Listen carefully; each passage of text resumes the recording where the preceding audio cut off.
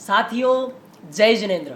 आइए आज हम दिखाते हैं इस सदी का एक महान आश्चर्य आपको मिलाते हैं एक ऐसे महापुरुष से जिन्होंने एक क्रांति, एक अजूबा कायम किया है। क्या अजूबा है? साधारण इंसान अपने पूरे जीवन में जितनी किताबें पढ़ता है, उन महापुरुष ने अकेले सिर्फ अपने एक जीवन में उतनी किताबें लिखी हैं। एक सामान्य लाइब्रेरी में, एक सामान्य पुस्तकालय में जितनी पूरी पुस्तकें होती हैं, उससे कहीं अधिक संख्या में उनकी कृतियों का प्रकाशन हुआ है। मैं अगर आपको थोड़ा सा सामान्य परिचय दूं तो 108 किताबों का उन्होंने लेखन किया है। लगभग मैं इसको पेजों में डिवाइड करूं तो लगभग 20,000 से ज़्यादा पेज बनते हैं, जो 50 लाख से अधिक की संख्या में छप छप कर जन जन तक पहुंच चुके हैं।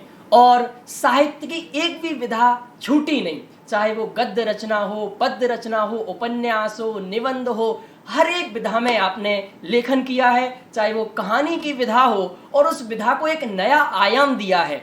और आपकी सारी पुस्तकें 8 भाषा में प्रकाशित हुई हैं। और इन सब में भी दो सबसे मजे की बात यह है कि आपने इतना सारा काम, अपना पूरा जीवन समर्पित किया है और उसमें भी एक सिंगल रुपये उसमें लिया नहीं, कोई डिस्काउंट नहीं, कोई शेयर नहीं। और दूसरी मजे की बात कि दुनिया के बहुत सारे लेखक होते हैं जो पुस्तकें लिख देते हैं, बट वो लिखने के बाद लाइब्रेरी में बंद पड़ी रहती हैं। पर ये पुस्तकें सिर्फ लिखी नहीं गई, डेली प्रतिदिन हजारों हजारों लोग, हजारों हजारों स्टूडेंट इन किताबों को डेली पढ़ते हैं। टीचर्स उन पर डेली लेक्चर देते हैं, ऐसे जिन्होंने पुस्तकें लिखी हैं। आइए मिलाते हैं इस सदी के महान लेखक डॉक्टर हुकुमचंद जी भारेल साहब से।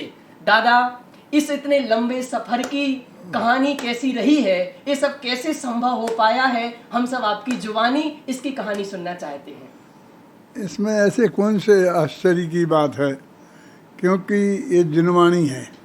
और हम तो ऐसा मानते हैं, टोडरमल जी साहब ने भी लिखा है कि ये वह काम है जो समूह शरण में बैठकर तीर्थंकर परमात्माओं ने किया था, गणधर देव ने किया था, हमारे आचार्य भगवंतों ने किया था।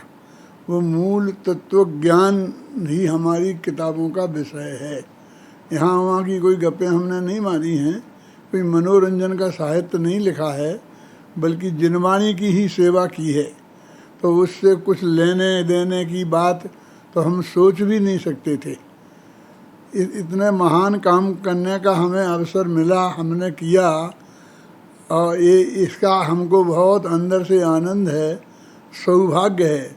अब आज तो कोई खास बात ही नहीं है, लेकिन जब हमारे पास पैसे की हमें बहुत आवश्यकता थी, 4 बच्चे थे, खर्चा भी बहुत था, सबके शादी विवाह होने थी, उन्हें आजीविका से भी लगना था, तब भी हमने किसी की किताब के लेखन की कोई एक नया पैसा नहीं लिया और अपने प्रवचनों का भी एक नया पैसा नहीं लिया।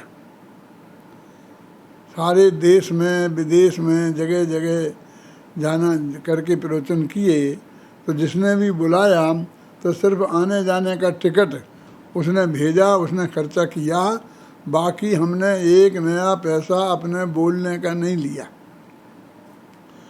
तो इसका जो, यद्यपि हमने तो अपनी रुचि के कारण, अपने अंदर की श्रद्धा और भक्ति के कारण, क्योंकि हमने जो भी लिखा है वो हम उसे परम सत्य मानते हैं और अपने जीवन में अपनाया है, उससे हमें अनंत शांति की प्राप्ति हुई है। हम अपने को बहुत आनंद में महसूस करते हैं, इसलिए किसी दूसरे का लेने का तो प्रश्न नहीं था। इसलिए लेकिन सहज भाव से ही हमने दूसरों के लिए नहीं लिखा, लेकिन फिर भी सहज भाव से सब जनता को उसका लाभ प्राप्त हुआ है, उसकी खुशी हमें भी है। बहुत प्रसन्नता की बात है। देखो, आप सोचो ज़रा, यदि हम एक पेज के 5 रुपया लेते, 10 रुपया लेते, 100 रुपया लेते, तो हम लेते तो प्रकाशक भी कमाता, प्रकाशक कमाता तो फिर बुक सेलर भी कमाता। फिर जो किताब हम आज 10 रुपये में बेचते हैं वो 100 रुपये की हो जाती। बाज़ार में और लेखकों की जो पुस्तकें 100 रुपयों में मिलती हैं उसे हम 10 रुपये में देते हैं। सिर्फ प्रेस की और कागज़ की कीमत, और उसमें भी हमारे जो श्रोतागण हैं, हमारे जो पाठक हैं, वो कीमत करने के लिए उसे हमको पैसा दे देते हैं। तो इस तरह से वो आधी कीमत में, वो कीमत माने प्रेस का बिल और कागज़ की कीमत, और कुछ नहीं, मैनेजमेंट का नहीं, लेखक का नहीं, किसी का कुछ नहीं, कोई कमीशन का नहीं, कुछ नहीं, और उससे भी फिर आधी कीमत। और फिर भी उसे लेकर के जनता 100-100 प्रति, 200-200 प्रति, 500-500 प्रति लेके जनता में बांटती है, लोगों तक पहुंचाती है। तो यदि हम लेते तो कोई नहीं करता, हमने नहीं लिया तो सबने भी किया। हमारी इस त्याग को देखकर उन्हें भी ये भावना आई कि इतनी अच्छी चीज़ है और इसे जन जन तक पहुंचाई जाना चाहिए, इसकी वजह से ये इतना महान काम हो गया है। माने यद्यपि वो हमने अपनी भावना से, अपनी श्रद्धा से, अपनी भक्ति से ही किया था कि हमें कुछ नहीं लेना है, लेकिन उसका फल हमको बहुत अच्छा मिला है। तुमने कहा कि और लेखों की किताबें या तो अपने घर की अलमारी में ही बंद रहती हैं, बिकती ही नहीं हैं, और यदि किसी लाइब्रेरी वगैरह में जा जाओगे कमीशन दे दवा करके रखवा भी दें तो लाइब्रेरी में रख लेती हैं, पढ़ी नहीं जाती हैं। तो उसका कारण यही है जो मैंने बताया। क्यों? कि वे उसमें से उसे कमाना चाहते हैं। कमा तो कुछ पाया नहीं किसी ने अभी तक, कम से कम साहित्य जो फिलॉसफी में धर्म की बातें लिख करके, और धर्म की बातें आती किसे हैं जो लिखे, धर्म के नाम पर यहाँ वहाँ की गप्पें लिखते हैं। सारे जगत को अत्यंत स्पष्ट अलग दिखाई देता है, मालूम पड़ता है, इसलिए ये अच्छा महान कार्य हो गया है। देखो, 4 दानों में भी ज्ञान दान सर्वश्रेष्ठ दान है।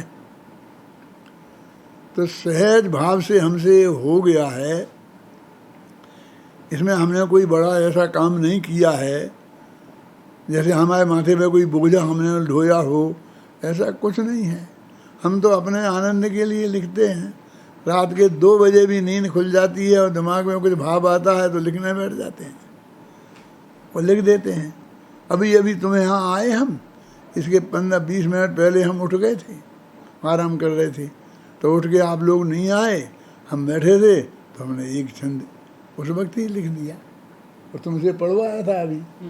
तो हम अपने आनंद के लिए लिखते हैं, मूल तत्व ज्ञान की बात लिखते हैं, आचार्यों की बात लिखते हैं, कुंद कुंद का जो मर्म है वो जगत को समझाते हैं। इसलिए ऐसा काम हुआ है, ये सहज हुआ है, इसमें कोई किसी ने ज़्यादा हमने प्रयत्न किया ऐसा कुछ। सचमुच दादा, आपके इस त्याग और समर्पण के लिए पूरी दुनिया, पूरा समाज नतमस्तक है। तो दादा जानना चाहते हैं, सफर की शुरुआत आपकी कहाँ से हुई और कब शुरुआत हुई? ऐसे तो हम जब पूज्य गुरुदेव श्री का भी सत्समागम हमें नहीं हुआ था, तब हम मुरैना विद्यालय में पढ़ते थे।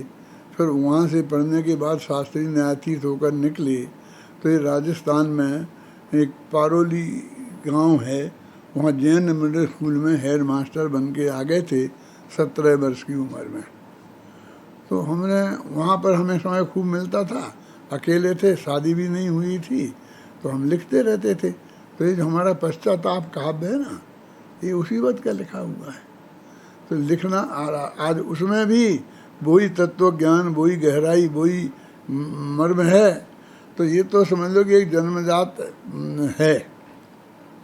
ये हमने देवसास गुरु की पूजन भी 56-57 में लिखी थी, जब तक पूज्य गुरुदेव श्री के दर्शन एक दफ़े ऐसे ही दूर से हुए थे और हमने लिख करके उन्हें भेंट की थी। और फिर पूज्य गुरुदेव श्री का सत्समागम हो गया और हमारी रुचि अध्यात्म में गहराई से हो गई। पहले ही हम शास्त्री न्यायाधीश हो गए थे और प्रवचन बहुत अच्छा करते थे, हमारी लोकप्रियता बहुत थी प्रवचन में। तो उस हम बोलते थे, बहुत लिखते थे, बोलते थे हैं। और मैं मिडिल स्कूल में हेड मास्टर थे, हम 17 वर्ष के थे, 18-18 वर्ष के लड़के पढ़ते थे। क्या हम अकेले थे तो उन लड़कों के साथ ही छात्रावास में भोजन करते थे और उन्हीं के साथ वहीं रहते थे। तो अकेले तो सब कुछ करना पड़ता होगा, अपने कपड़े धोने पड़ते होंगे, बर्तन साफ करने पड़ते होंगे। हमें तो कुछ नहीं करना पड़ा। हमारे विद्यार्थी बिना कहे ही हमारे कपड़े सब धोते, सब काम करते थे। हमको हाथ से कुछ चीज़ उठाना नहीं देते थे। क्या है, एक दफ़े ऐसी हुई सच्ची घटना है कि हमारे संस्था के अध्यक्ष मंत्री वगैरह बाहर रहते थे, तो वो वहाँ से आए, उनकी मीटिंग थी, तो उन्होंने नहाया धोया और उनके कपड़े निकले, तो उनने विद्यार्थियों से कह दिया कि ये कपड़े धो देना। वो लड़के मेरे पास आए कि डॉक्टर साहब, हम आपके शिष्य हैं, आप में हमारी भक्ति है, इसलिए हम आपके कपड़े धोते हैं। इसका मतलब ये तो नहीं है कल आपकी शादी हो जाएगी तो आपकी पत्नी आएगी तो उसके भी धोएंगे। ऐसा हमने कहा। तुमने क्यों, क्या बकते हो तुम, क्या तुम, किसने कहा हमने तुमसे कब कहा कि तुम हमारे कपड़े धो। तो उन्होंने कहा देखो ये लोग आए हैं सेठिया लोग, और इनने हमारे पास कपड़े भेज दिए धुलने के लिए, हम नहीं धोएंगे, क्या करें। मैंने कहा फेंक दो। तो ऐसे ही नहीं धुले कपड़े ऐसे मैदान में फेंक दिए, समझे ना। फिर वो देखे रहे, उन लोगों ने आगे देखा तो उन्होंने कहा अभी पड़े हैं वहाँ, देखे थे सारे कपड़े बड़े बिना धुले हुए। तो उनने हमसे कहा कि साहब देखो, इन लोगों हमने कपड़े धोने को दिए थे और इन लड़कों ने कपड़े नहीं धोए। मैंने कहा क्यों धोते आप, आपने क्यों दिए, आपके बच्चे हैं, आपने उन्हें क्यों दिए। बोले आपके धोते हैं ना। मैंने कहा हमारे नहीं धोते हैं, वे अपने गुरुजी के धोते हैं, और हमने आज तक उनसे नहीं कहा कि हमारे कपड़े आपने क्यों उन्हें दिए। और यदि आपको कपड़े धुलवाने थे तो आप हमसे कहते, हम धो देते हैं आपके क्या, सर्विस तो हम करते हैं आपके यहाँ, वे तो आपके ही बच्चे हैं। सब बहुत शर्मिंदा हुए। तो इस तरह हम तो शुरू से ही, तब भी हम लिखते थे, पढ़ते थे। एक लाइब्रेरी में सोते थे तो लाइब्रेरी में 150-200 किताबें होंगी, तो हमने पहली किताब से लेके अंतिम किताब तक पूरी पढ़ ली थी, एक भी बाकी नहीं छोड़ी थी। तो पढ़ने का, लिखने का, बोलने का ये आदत हमारी तब से ही थी। और तब से ही फिर जाकर के जब तत्व ज्ञान हो गया तो उसमें तत्व ज्ञान की गहराई भी धीरे धीरे बढ़ती गई। लेकिन अब भी हम देखते हैं कि हमारा लिखा इतना पुराना साहित्य जो भी है, उसमें भी हमें कोई कमी, उसमें कोई गलती दिखाई नहीं देती है। इसका मतलब दृष्टि सही प्राप्त हो गई थी, और उस दृष्टि के आधार से लिखा, आगम से बनकर लिखा, इसलिए कोई गलती उसमें नहीं हुई। दादा, मुख्य रूप से तो हम आपकी कृतियों के बारे में बातचीत करें तो 108 कृतियां हैं, हम बातचीत उन पर एक साथ नहीं कर सकते हैं। तो यहाँ मेरा प्रश्न एक ये है कि आप अपनी सभी कृतियों का एक प्रतिपाद्य बता दें कि आपके सभी कृतियों के माध्यम से आप इस पूरी देश को, पूरी दुनिया को क्या मैसेज देना चाहते हैं। फिर हम वापस आके आपने जो आचार्य कुंद देव के ऊपर साहित्य रचना की है उसके ऊपर हम चर्चा करेंगे। तो उसके पहले आप एक बार सभी कृतियों का सामान्य प्रतिपाद्य बता दीजिए। जैन तत्व ज्ञान, मूलतः जैन तत्व ज्ञान ही हमारी सारी कृतियों का मूल विषय है। इसलिए हमने जो भी लिखा है वो जैन तत्व ज्ञान की मर्यादा के बाहर नहीं लिखा, आगम के आधार पर लिखा। आगम का हमने अध्ययन बचपन से ही किया था, इसलिए हमारा उसका ख्याल था। तो हमारी तो मूल विषय वस्तु वही है, और हमने शास्त्रों के आधार से ही लिखा। बहुत तो हमारे उन्हीं के अनुवाद हैं, कुछ पद्यानुवाद हैं, जो मौलिक रचनाएं हैं वो भी उन्हीं विषयों से संबंधित हैं। इसलिए उसमें मूल बात हमेशा आई। देखो, आदमी यदि अपनी मर्यादा में रहे तो वो भटकता नहीं है। ज्ञानी जन कोई भी हो, यदि विशिष्ट आदमी है, वो अपनी मर्यादाओं का भंग नहीं करे तो कहीं कोई ऐसा नहीं है कि भाई मैंने अभी आज से 50 साल पहले कोई किताब लिखी थी तो अब उसमें तो बहुत गलतियां नहीं होंगी तो इसलिए हम आज सुधार दें। हम तो वो किताबें भी पढ़ते हैं तो हमको बहुत अच्छी लगती हैं, हमको ही आनंद आता है। देखो जो अभी हमने वो कुछ छंद वगैरह वाली किताबें लिखी थी ना, जिसमें बहुत स्वयं को जानो जानो नहीं, जानना होने दो तुम सहज, ये जो पंक्तियाँ थी ना, और उस पर लोगों ने बहुत ही प्रसन्नता व्यक्त की, आश्चर्य व्यक्त किया कि आपने इतनी गहरी बात बताई, इतनी गहरी बात बताई। लेकिन हमने स्वयं ही देखा तो हमारी सत्य की खोज की किताब जो 40 साल से ज़्यादा पहले लिखी गई थी, 45 साल हो गए होंगे उसे लिखे, उसमें हूबहू पूरे पैरा के पैरा लिखे मिले, बिल्कुल बोई की बोई पूरा एक पेज है, मैंने एक दिन आपको पढ़ के सुनाया भी था। हाँ, अब देखिए, अब वो बात हमारी 45 साल पुरानी थी और हमने कई दफ़े प्रवचनों में कही भी होगी उसको, क्योंकि हम तो तब से उसे जानते हैं। और अभी आपका ध्यान अभी गया उस पर, हमने उस पर बहुत जोर दिया और विषय पे बात नहीं करी, और वही दम 20 दिन तक लगा चलाते रहे सूरत के शिविर में, तो फिर लोगों का ज़्यादा ध्यान उस पर गया और लोग लगे गजब हो गया, गजब हो गया, हम तो जानते ही नहीं थे, हम तो जानते ही नहीं। तो हम क्या करें, तुमने नहीं पढ़े। अरे वो हमारे विद्यार्थी, क्योंकि तो कोर्स में किताब थी, कोर्स में रखी हुई थी, फिर भी उनका ध्यान नहीं गया था। तो इसलिए वो सारा साहित्य एकदम निर्दोष है तत्व ज्ञान की दृष्टि से, जैन दर्शन की दृष्टि से। तो ऐसा कहें कि सुखी होने का उपाय, सुखी होने का मंत्र जो तीर्थंकर परमात्माओं ने बताया था, उसी को आधार बनाकर आपने सारे शास्त्रों की रचना की। आइए चलते हैं हम सीधे, अब दादा ने जो आचार्य कुंद देव के ऊपर साहित्य रचना की है उनके बारे में मैं थोड़ी सी आपको जानकारी दे दूं।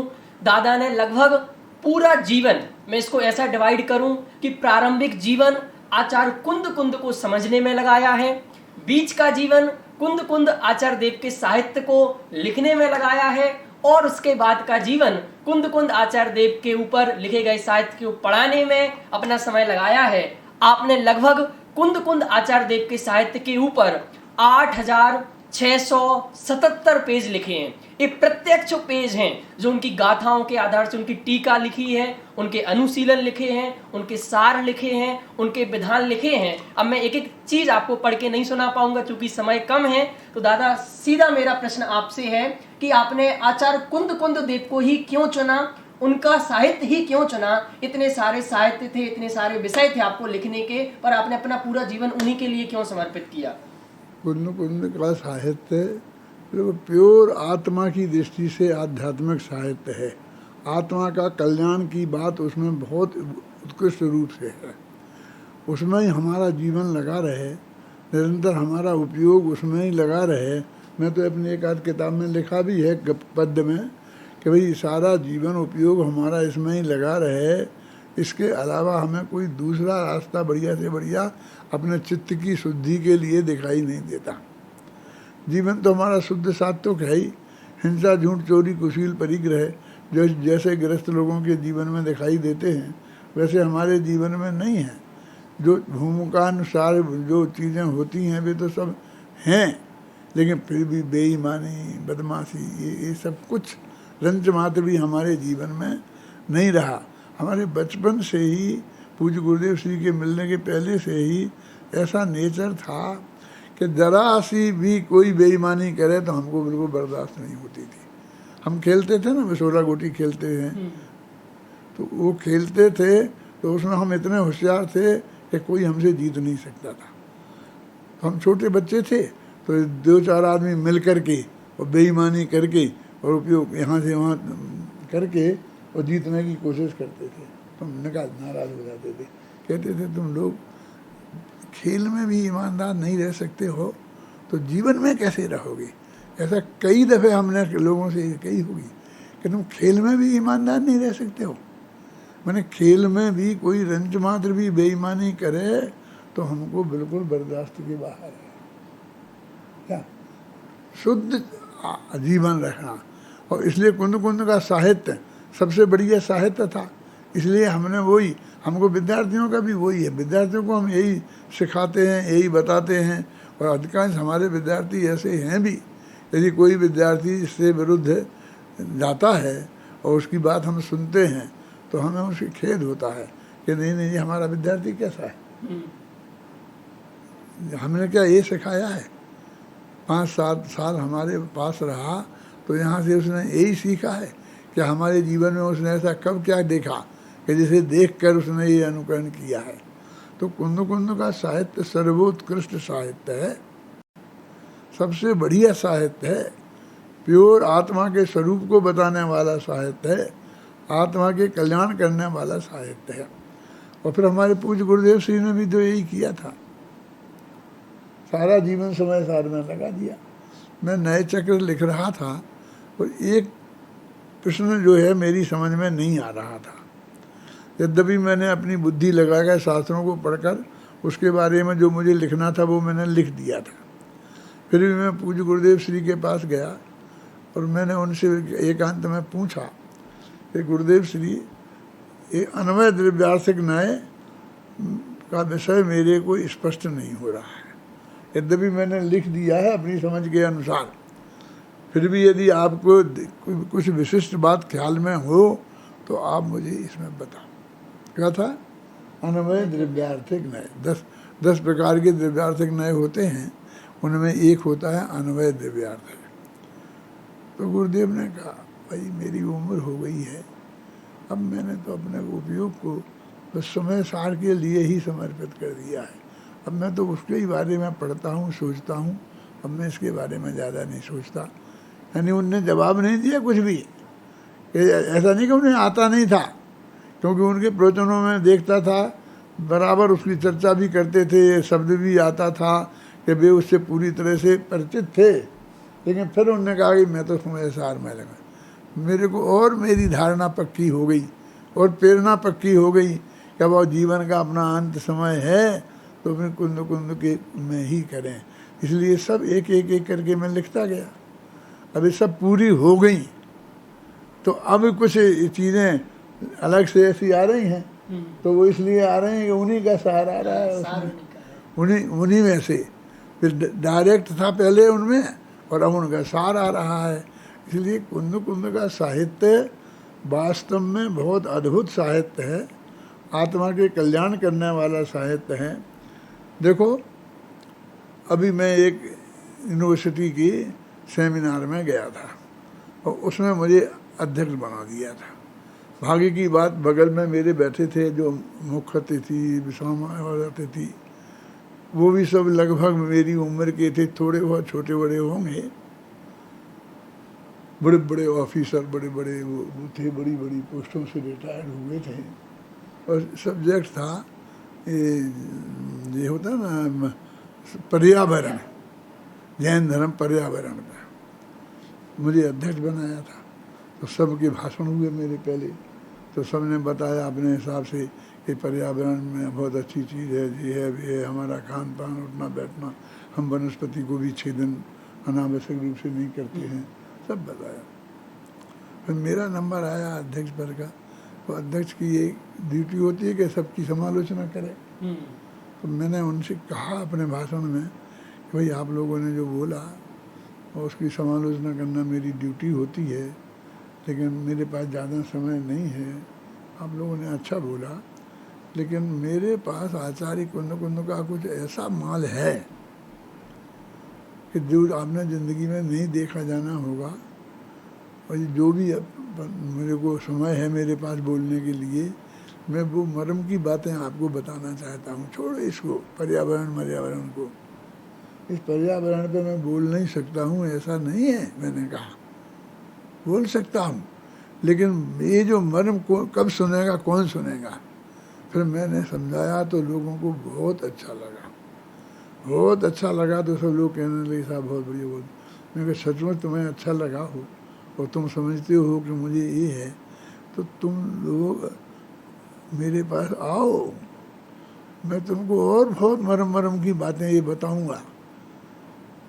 आप चिंता नहीं करो, सारा खर्चा मेरा, होटल वगैरह में ठहरना हो बढ़िया से बढ़िया, तुम बड़े लोग हो तो उसी के अनुसार, इज्जत के अनुसार बढ़िया ठहरने की व्यवस्था, बढ़िया शुद्ध सात्विक भोजन की व्यवस्था सब मैं करूँगा और मैं तुम्हें सुनाऊँगा।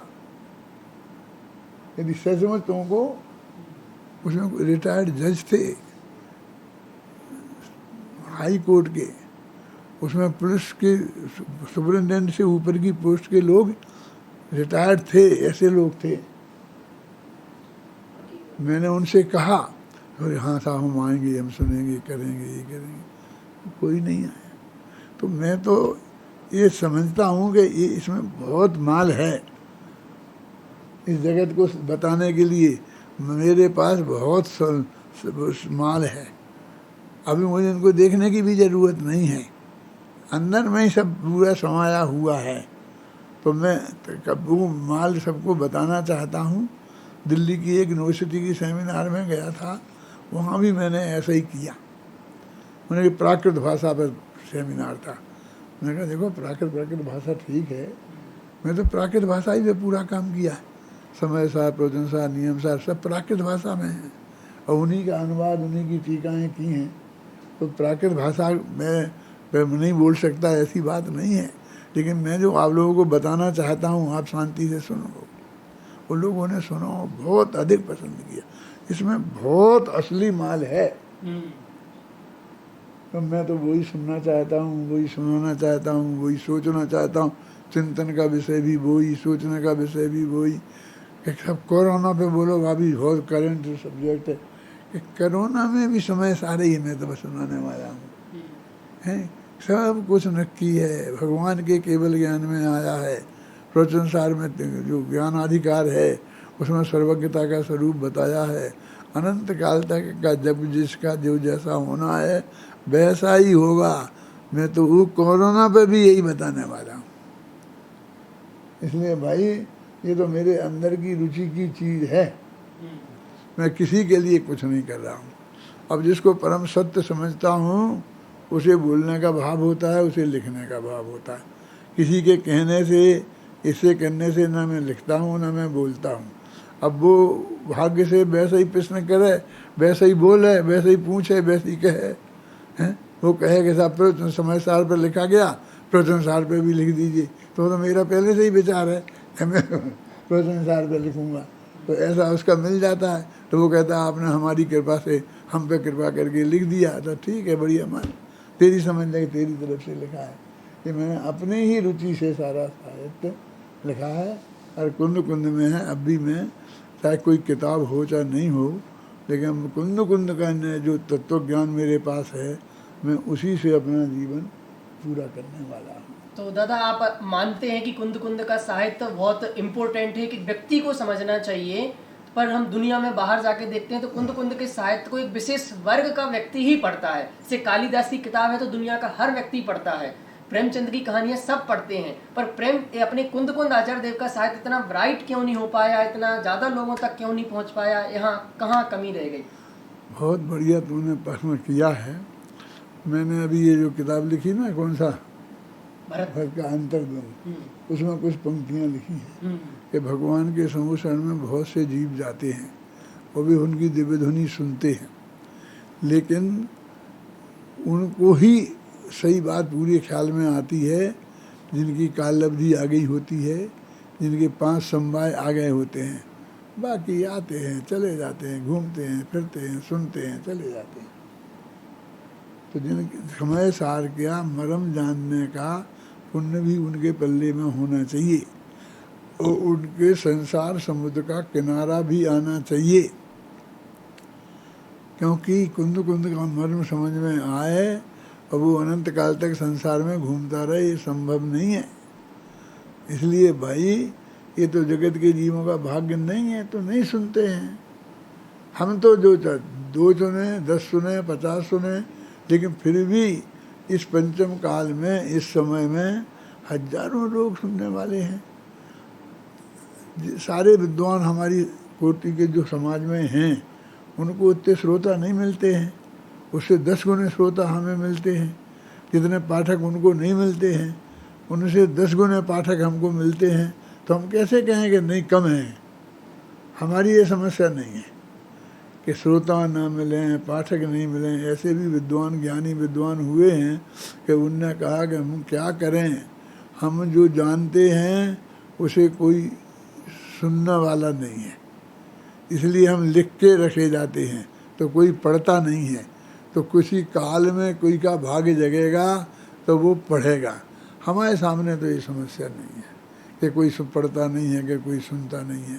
हम तो बोलते हैं तो हजारों लोग सुनने को तैयार हैं, यदि हम लिखते हैं तो हजारों किताबें लोग लेने को, हर तरह से पढ़ने को तैयार हैं।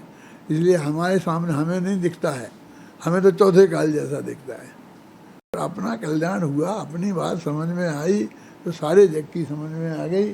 अब जो वो सारे जगत को जगत का भाग्य चाहिए, जगत का भाग्य होगा, कोरोना का ही आ गया और हमें समय मिल गया तो हम तो ज़्यादा इसी में ही लग गए, और दुनिया इसलिए रो रही, कह रही है हम बैठे ही हैं, हम काम ही नहीं कर पा रहे, हम ये नहीं कर पा रहे। उनसे कहा तुम अब इसको समझो ना, इसमें अपना उपयोग लगाओ ना, क्यों?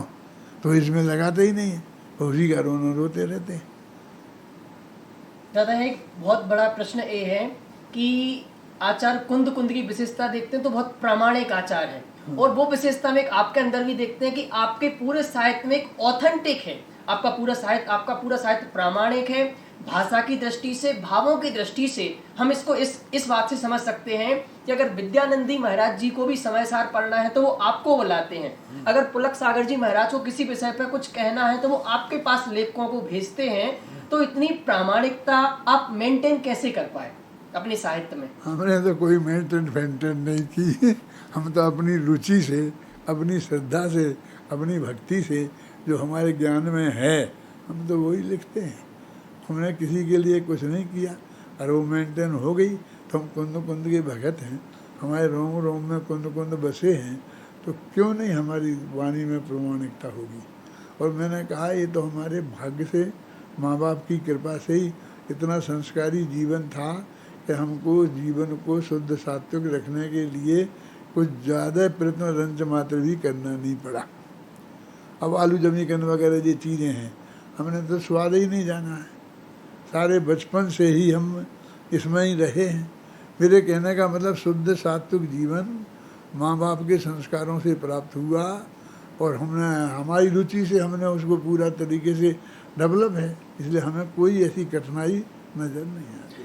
दादा एक और तो आप कुंद कुंद आचार्य देव की इतनी प्रशंसा कर रहे हैं, उनके साहित्य का इतना गुणगान कर रहे हैं, और हमारे समाज में ऐसा भी चलता है कि श्रावकों को, सामान्य गृहस्थों को आचार्य कुंद कुंद का साहित्य नहीं पढ़ना चाहिए, उस समय सार तो मुनि राजों के लिए लिखा है, हमें तो नहीं पढ़ना चाहिए। और आपने तो उसको इतना सरल कर दिया है कि बच्चा आज कुंद कुंद का साहित्य पढ़ रहा है। ये तो अविवेक की बात है। देखो पुराने ज़माने से पांडे राजमल जी ने 500 वर्ष पहले समय सार पढ़ा, बनारसी दास जी ने 400 वर्ष पहले समय सार पढ़ा। ये सब शास्त्रों में हमारे विद्वानों के नाम आते हैं, इन्होंने टीकाएँ लिखी, उस समय सार तो बिना ही पढ़े लिखी होंगी। जयचंद जी छाबड़ा ने टीका लिखी, ये सब पंडित ही तो थे, इसलिए पंडितों को नहीं पढ़ना चाहिए और मुनि राजों को पढ़ने की चीज़ है, ये बात सही नहीं है। क्योंकि उसमें तो लिखा है अत आह अप्रतिबुद्धा, अब अज्ञानी जीव कह बोलता है, अब उसको समझाने के लिए लिखते हैं। वे तो अज्ञानी को समझाने के लिए लिखते हैं की बात करते हैं, और देह जुदा आत्म जुदा वो तो ऐसी बात करते हैं। तो इतनी बात नहीं जाने उसको, वो उसको समझा रहे हैं ना। इसमें तो मूल जैन तत्व ज्ञान की बात है। टोडरमल जी ने लिखा है कि यदि हम, कुछ लोग साहब इसमें कहीं भ्रष्ट हो जाएंगे, तो भ्रष्ट हो जाएंगे तो कुछ लोगों के भय से वे तो पहले ही से भ्रष्ट हैं, लेकिन यदि हम ये इसकी चर्चा नहीं करेंगे तो मूल मोक्ष मार्ग तो इसमें ही है, तो उसका ही लोप हो जाएगा। और कौन करता है कि साहब आप उसी का करते हैं। तो ये दुनिया में एक कोई नहीं करता है, और कोई नाम नहीं लेता है, तो एक आदमी ऐसा करता है तो रहना दो, तुम्हें क्या तकलीफ है। एक आदमी अपनी रुचि से तुमसे कुछ मांगता तो नहीं है, अपनी रुचि से वो काम कर रहा है, उसमें ही अपना संलग्न है, तो रहने दो, उसमें ऐसी कोई बड़ी बात नहीं है। ये सबको पढ़ना चाहिए। मैं तो कहता हूँ सब पढ़ें, और अपनी तो भाषा सरल है तो अपन लिखते हैं तो वो बात सहजता से, सरलता से आती है। गद्य भी लिखते हैं तो भी आती है, पद्य भी लिखते हैं तो भी आती है। ऐसा नहीं है वो कठिन भाषा हमारी समझ में नहीं आती है, शास्त्रों तो पढ़ते ही है ना, आती भी है, सब पढ़े हैं। तो इसलिए सहज और सरल अपने आप ये होता है। ये सुनने के बाद बहुत सारे लोगों के मन में जिज्ञासा है कि दादा हम आचार्य कुंद कुंद देव को पढ़ना चाहते हैं, सीखना चाहते हैं, परंतु हमें प्राकृत भाषा आती नहीं है, संस्कृत भाषा आती नहीं है, तो हम इन ग्रंथों को कैसे पढ़ें? इसका तो उपाय यही है कि आप प्राकृत और संस्कृत सीखें। और यदि आप नहीं सीख सकते हैं, अब बुढ़ापा आ गया है, बड़ी उम्र है, विद्यार्थियों को तो सीखना ही चाहिए, नई उम्र वालों को तो सीखना ही चाहिए। क्योंकि सारी ज़िंदगी कोई बच्चा अपनी माँ की भाषा नहीं जानता हो और दुभाषीय के द्वारा अपनी माँ से बात करनी पड़े, उससे अभागी की महिमा क्या हो सकती है। जनवाणी हमारी माता है, तो उस मूल उसकी भाषा में हमें वो बात समझ में आनी चाहिए। अब जो बुज़ुर्ग हो गए हैं, जो जवान हो गए हैं, पढ़ाई का अध्ययन करने का समय निकल गया है, अब वो नहीं पढ़ सकते हैं, तो सब हम लोगों ने हिंदी में करके रख दिया है ना, विद्वानों ने बिल्कुल सरल हिंदी में कर दिया है। देखिए समय में 415 गाथाएँ हैं, तो 415 में 830 लाइन है बस। अब जो 830 लाइनों का ये 500 पेज का ग्रंथ कैसे बनता है? तो वे तो कुंद कुंद की तो 830 लाइनें ही हैं, बाकी हमने हिंदी में खोल खोल के सब रख दिया है ना तुम्हारे लिए सरलता। तुम्हारे लिए तो सारा माल तैयार है। उन कांजी स्वामी की कल्पना करो कि 6वीं क्लास गुजराती पास थे और ये प्राकृत और संस्कृत के ग्रंथ और छपे भी नहीं थे, हस्तलिखित और प्योर उनकी टीकाएँ भी नहीं उपलब्ध थीं, तो उन्हें पढ़ करके और उनने अपने समय सार के मर्म को समझा। कठिनाई तो उन्हें थी, तुम्हें क्या कठिनाई है? जब हस्तलिखित लिखते थे और वो टोडरमल जी के ज़माने में सब हाथ से ही लिखा जाता था। टोडरमल जी ने गोमर साथ टीका लिखी तो 10, 15, 20 विद्वान ब्राह्मण विद्वानों को रखा कि वे नकल करने का काम करते रहते थे। कितना कठिन काम था। एक ग्रंथ तैयार कराओ तो जितने तुम्हारे पूरे परिवार का खर्चा 1 महीना में चले, उससे ज़्यादा खर्चा आता था। और आज तो इतना सरल हो गया। हमारे ज़माने में भी जब प्रेस में एक एक अक्षर को ऐसा ऐसा कर करके लिखते थे, सुधारने की सुविधा नहीं थी, अपने हाथ से सब लिखना पड़ता था। कागज़, अरे हम तो कागज़ नहीं मिलता था। हम जब बचपन में पढ़ते थे तो हमारे पिताजी बाज़ार से रद्दी खरीद के लाते थे और जो एक तरफ कोरे कागज़ होते थे ना, तो उन 2 कागज़ों को ऐसे चिपका देते थे गोंद से, तो जैसे दोनों तरफ समझे हो गए ना। हमने तो बचपन में उन कागज़ों पर काम किया, उन कागज़ों से पढ़े हैं। अब तो कागज़ चाहे जितना ले लो, टाइप कितनी कितनी सब चीज़ें तुम्हारे पास हैं, कितने साधन उपलब्ध हो गए हैं। पहले से हमारे बचपन में हमने जो देखा है, जिस तरह से ये काम किया है, ये लाइटें नहीं थी, तो एक लालटेन में 5 विद्यार्थी बैठ कर के बीच में लालटेन रख लेते थे और उसे पढ़ते थे। समझ में आया ना? तो ऐसे ज़माने में से निकले। आज तो इतनी बढ़िया सुविधा है, चाहे जितने शास्त्र ले लो, चाहे बढ़िया से बढ़िया उजेले में ये स्पीकर हैं, आवाज़ से सब पहुंचा दो। टोडरमल जी ने जब यहाँ इंद्रधनुष विधान किया था ना, तो वे प्रवचन करते थे और हज़ारों लोग इकट्ठे हो गए थे। तो कैसे सुने? मालूम क्या होता था? बीच में वो बैठते थे, फिर चारों तरफ ऐसे 4 कोनों में 4 विद्वान खड़े होते थे, फिर वे जो कुछ बोलते थे फिर वो सब दोहराते थे, जोर जोर से चिल्ला के। ऐसे कई विद्वान खड़े करते थे, ऐसे सब जनता को सुनाते थे। तो प्रवचन में फ्लो कैसे आएगा? हमने कहा द्रव्य 6 होते हैं, तो वे सब कहें द्रव्य 6 होते हैं, तो उनके आगे वाले सुन के कहते द्रव्य 6 होते हैं। तो कितनी कठिनाई थी उस वक्त उन्होंने काम किया। अब तो हमारे सामने तो कितनी सुविधाएं हैं, सब तरह से हैं। इसलिए भाई ये तो सौभाग्य समझना चाहिए, इसमें ऐसी कोई बात नहीं है। और जब भी हमने वो किया, हमारी रुचि थी इसलिए किया, कोई किसी के कारण नहीं किया। सचमुच हम सबका सौभाग्य है कि जब दादा के समय में कुछ चीज़ें, ना मोबाइल होता था, ना इंटरनेट होता था, ना कंप्यूटर होता था, इन सब साधनों के अभाव के बिना सचमुच एक बहुत अच्छा वाक्य आता है कि साधना साधनों के मोहताज नहीं होती है। आपको तो साधना करनी थी, इसलिए साधनों के लिए आपके पास कोई बहाना नहीं था। दादा अपने प्रवचन में आप एक बार बार कहते हैं कि मैंने कुंद कुंद आचार्य को पढ़ा है, और आप अपने शिष्यों से भी बार बार कहते हैं कि अगर आपको कुंद कुंद आचार्य को पढ़ना है तो उनकी शैली को पढ़ो, उनकी स्टाइल को पढ़ो। तो हमारे सारे श्रोता, सारे दर्शक आपसे आचार्य कुंद कुंद देव की स्टाइल सीखना चाहते हैं, वो आप स्टाइल उनको सिखा दीजिए।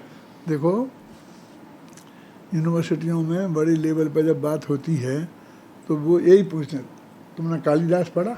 ये नहीं कहते कि तुमने अभिज्ञान शाकुंतल पढ़ा, कि तुमने रघुवंश पढ़ा कि नहीं पढ़ा, कि तुमने कुंद कुंद पढ़ा।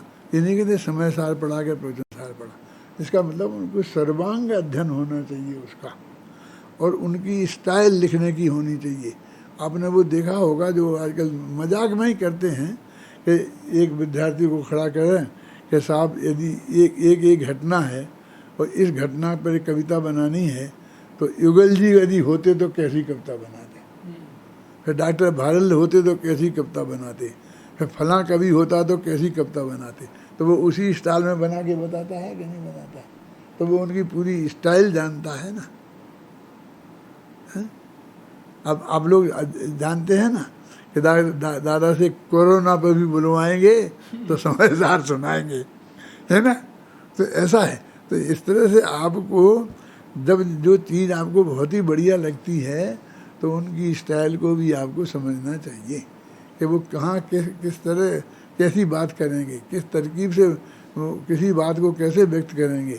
जैसे कि प्रवचन सार में है तो उन्हें सुखाधिकार है, शुभ परिणामाधिकार है। अब शुभ परिणाम से तो विषय के साथ का सुख मिलता है, लेकिन उन्होंने उसमें उसके निषेध की बात कि चक्रवर्ती भी दुखी और फलाने भी दुखी और फलाने भी दुखी, वो बात की।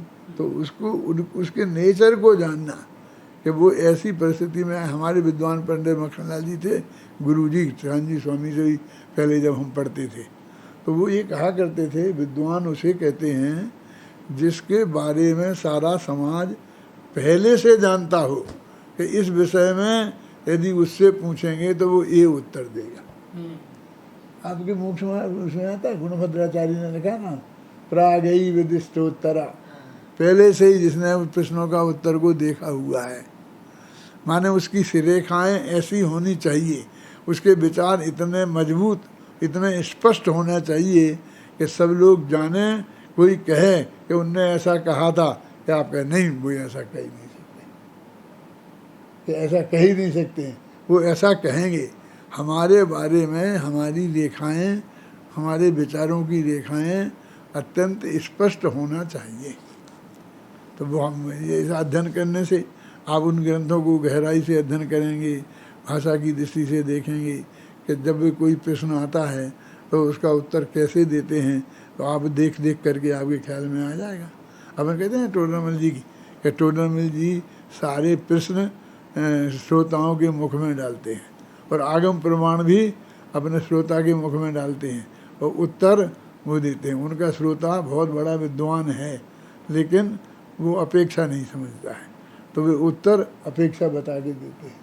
हमने पंडित टोडरमल व्यक्तित्व कर्तृत्व में टोडरमल जी की जो शैली बताई है ना, तो उसी तरह से सबकी शैली हो सकती है, कुंद कुंद की भी हो सकती है।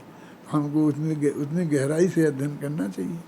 दादा एक सेकंड लास्ट क्वेश्चन यह है कि आचार्य कुंद कुंद के सारे उपदेश का सार क्या है, निचोड़ क्या है उनके सभी शास्त्रों का, वो आप 2 मिनट में बता दीजिए।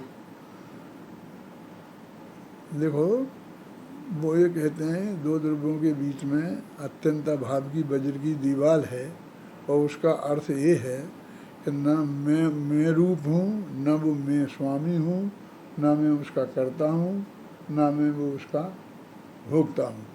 कि वो किसी भी तरह से नास्ति सर्वोपि संबंधो परद्रव्यात्म तत्व, परद्रव्य में और आत्मा में किसी भी प्रकार का कोई संबंध नहीं है। ये ज्ञाता के ये संबंध है, क्योंकि आत्मा का स्वभाव स्ववर प्रकाशक है, इसलिए पर पदार्थ भी जानने में आते हैं और अपना भगवान आत्मा भी जानने में आता है। तो उनमें एक मैं कौन हूँ और पर क्या है, ये भेद विज्ञान होना बहुत ज़रूरी है, क्योंकि वो पर जानने में नहीं आता होता तो हमें कोई झगड़ा ही नहीं था। अब वो पर भी जानने में आता है तो क्या होता है कि जो जानने में आता है हम उसमें ही अपनापन स्थापित कर लेते हैं। देखो आजकल जैसा चलता है ना कि मैंने ये रिसर्च की है इसलिए मैं इस पर वो कर, नीम की पत्ती से खुजली ठीक होती है, बस मैं उस पर वो करा लेता हूँ। मैंने खोज करी है इसलिए मैंने दवाई बनाई। अब कोई आदमी नीम की पत्ती से वो दवाई नहीं बना सकता है, और मैं सारी ज़िंदगी में मैं बेचूंगा और 1 रुपये के 10 रुपये लूँगा और तुम्हें दूंगा। यानी वो ज्ञान का भी हम रजिस्ट्रेशन वो करा लेते हैं ना, हैं पेटेंट करा लेते हैं। हाँ। तो मेरे कहने का अर्थ ये है कि ज्ञान तो वो मिक्सर जो हो जाता है, तो वो कहते हैं 100 और पर का भेद विज्ञान हमें होना चाहिए। उसे मैं क्या हूँ कि वो जानने वाला तत्व मैं हूँ, रूप रसगंध स्पर्श वाला जो तत्व है वो मैं नहीं हूँ। ऐसा जान करके कि अथवा ज्ञान जिसमें नहीं है, ज्ञान दर्शन जिसमें नहीं है वो मैं नहीं हूँ। और ज्ञान दर्शन वाले भी अनंत पदार्थ हैं, अनंत जीव है ना, तो मैं उनसे भी भिन्न हूँ। ऐसा भेद विज्ञान, ये मुख्य बात ये है। संवर से धर्म शुरू होता है, धर्म का आरंभ संवर से होता है, और संवर अधिकार में उनने भेद विज्ञान का अभिनंदन का अधिकार है, भेद विज्ञान का अभिनंदन किया है। इसलिए भेद विज्ञान की मुख्यता से समय सार का सार है, और भेद विज्ञान की मुख्यता से हमको ये पढ़ना चाहिए। सर्वज्ञता का स्वरूप समझना चाहिए, अपने भगवान आत्मा का स्वरूप समझना चाहिए, सच्चे सुख का स्वरूप हमारी समझ में आना चाहिए, उत्पाद व द्रव्य का स्वरूप हमारी समझ में आना चाहिए, द्रव्य गुण पर्याय हमारी समझ में आना चाहिए। यही सब्जेक्ट हैं कि जिनके समझे बिना आत्मा का कल्याण नहीं होता है। तो हम इनको गहराई से समझें और अपना आत्मा का कल्याण करें, इसी मंगल भावना के। दादा एक प्रश्न और था कि बोलो बोलो बोलो। कि आपने कहा कि समय सार का ये सार है।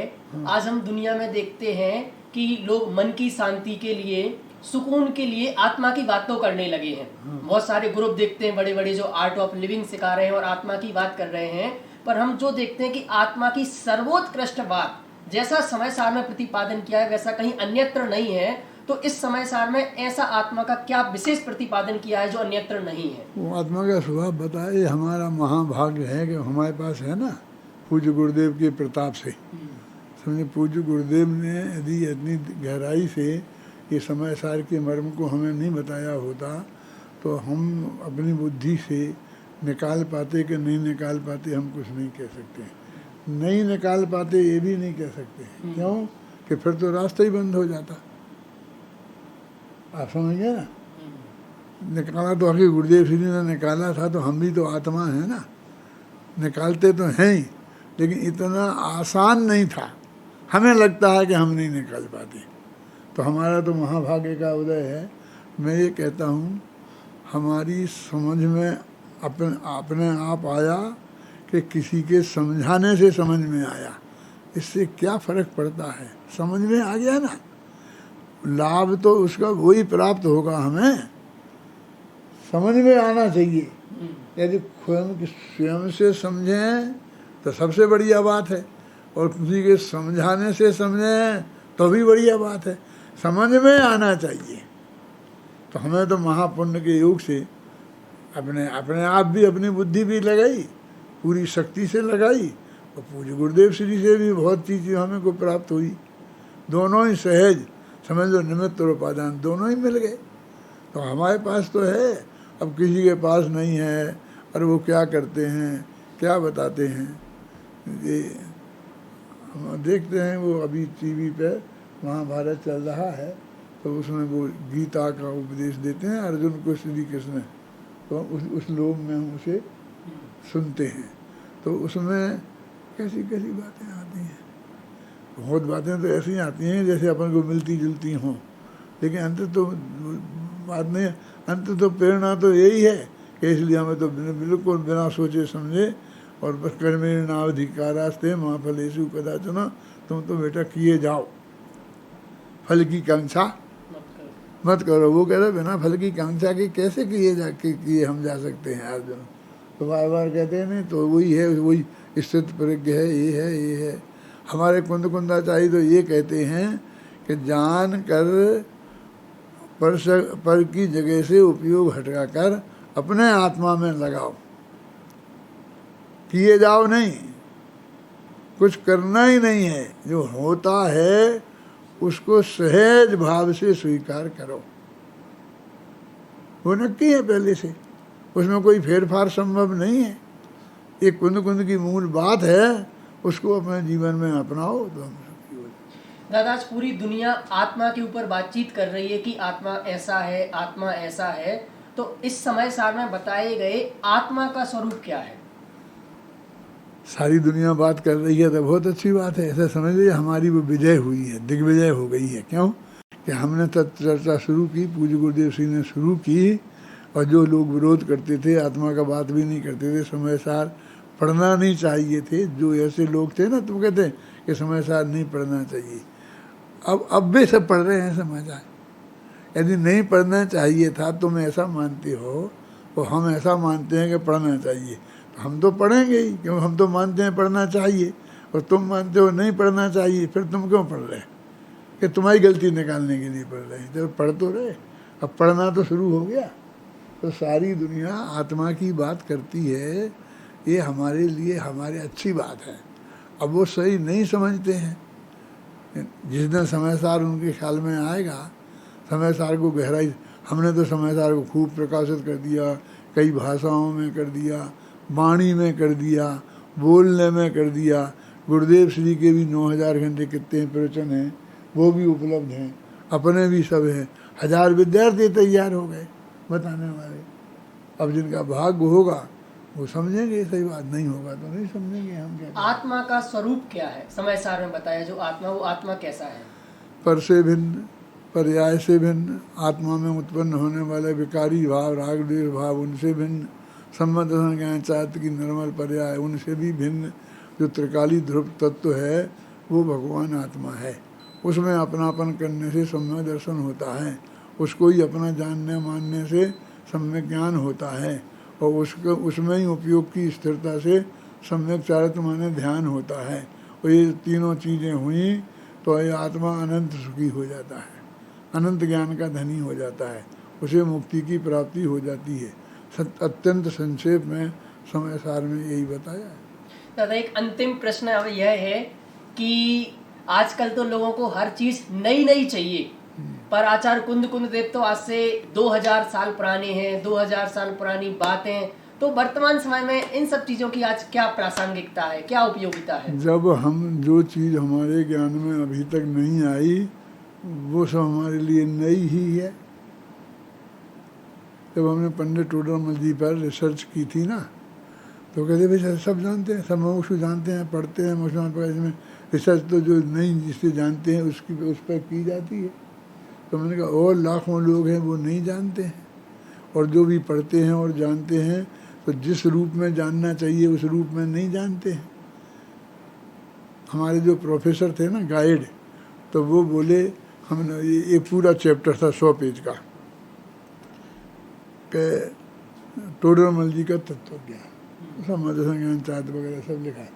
तो वो बोले कि ये तो सब भगवान महावीर का है, कि टोडरमल का कैसे हो गया, वो ये रिसर्च कैसे हो गई, ये तो जैन धर्म के मूल सिद्धांत हैं, वो सारी दुनिया जानती है, इसे आप रिसर्च कैसे मानते हैं?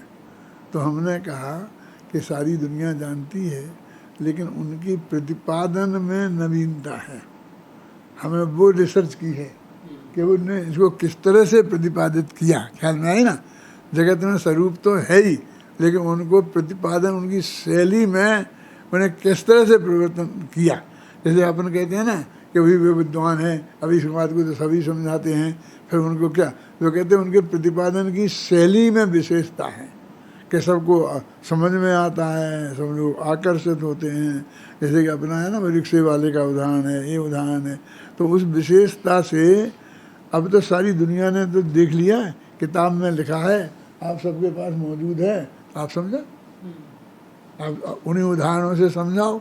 आप वही उदाहरण बोलेंगे तो 5 मिनट में ख़त्म हो जाएगा और कोई को रस नहीं आएगा, और हम बोलेंगे तो 1 घंटा में शांति से धैर्य से एकदम समझाएंगे और लोगों के गले उतरता जाएगा। तो प्रतिपादन शैली की विशेषता है। तो इसलिए कुंद कुंद की इन सब की ये प्रतिपादन शैली की विशेषता है। कान्जी स्वामी ने जिस शैली में समझाया, आज तक कोई उनकी नकल कर पाया? दुनिया में कोई किसी की नकल करने की कोशिश कितना ही करे, कर नहीं सकता है। आहा आहा ऐसा कर देने से कांजी स्वामी नहीं बन जाते। बहुत लोगों ने कोशिश करते हैं ना, ऐसे बीच बीच में आहा आहा, थोड़ी मजाक जैसी और उड़ती है? लेकिन वास्तव में हर आदमी ओरिजिनल होता है। तो दादा उनके सिद्धांतों की आज के समय में उपयोगिता क्या है? हाँ हाँ, जब बस इस आत्मा को सुखी होना है तो सुखी होने के उस समय भी होना था, आज भी होना है और कल भी होना होगा। आत्मा का कल्याण करना है तो यही रास्ता है, दूसरा कोई रास्ता नहीं है, यही उपयोगिता है। और जिसको आत्मा का कल्याण करना ही नहीं है, विषय कसाई ही चाहिए और उनमें ही उलझे रहना है, उसके लिए कोई उपयोगिता नहीं। इस प्रकार हमने देखा कि आदरणीय दादा श्री ने अपना पूरा जीवन आचार्य कुंद देव को समर्पित किया है। और मैं आपसे एक बात कहना चाहता हूं कि सचमुच आप अगर सुखी होना चाहते हैं, आप अध्यात्म को समझना चाहते हैं, आप आत्मा को जानना चाहते हैं, आप ज्ञान का स्वभाव समझना चाहते हैं, आप विश्व व्यवस्था समझना चाहते हैं, आप कर्मों का अभाव करना चाहते हैं, तो जरूर एक बार आप कुंद के साहित्य को पढ़ें। आप कोई पंथ संप्रदाय से बंध के नहीं पढ़ें, एक बिल्कुल फ्री माइंड से कुंद के साहित्य को पढ़ें। और कैसे पढ़ें, उसके लिए एक ही उपाय है, वो है आदरणीय दादा के अनुशीलन। पिछले 2000 वर्षों में आचार्य कुंद देव के साहित्य के ऊपर जो कुछ कहा गया है, जो कुछ लिखा गया है, उन सब के सार को लेते हुए आदरणीय दादा ने बहुत ही सरल भाषा में गद्य में लिखा है, पद्य में लिखा है, कहानियों में लिखा है, सभी विधाओं में आचार्य कुंद देव को लिखने का प्रयास किया है। तो मेरा आप सबसे निवेदन है, आप जीवन में कुछ करें या ना करें, इन अनुशीलन को जरूर एक बार पढ़ें, तो आपके जीवन में सुख, शांति, समृद्धि जरूर आएगी। इस प्रकार आज का हमारा साक्षात्कार था। आदरणीय दादा का बहुत बहुत धन्यवाद। जय जिनेंद्र।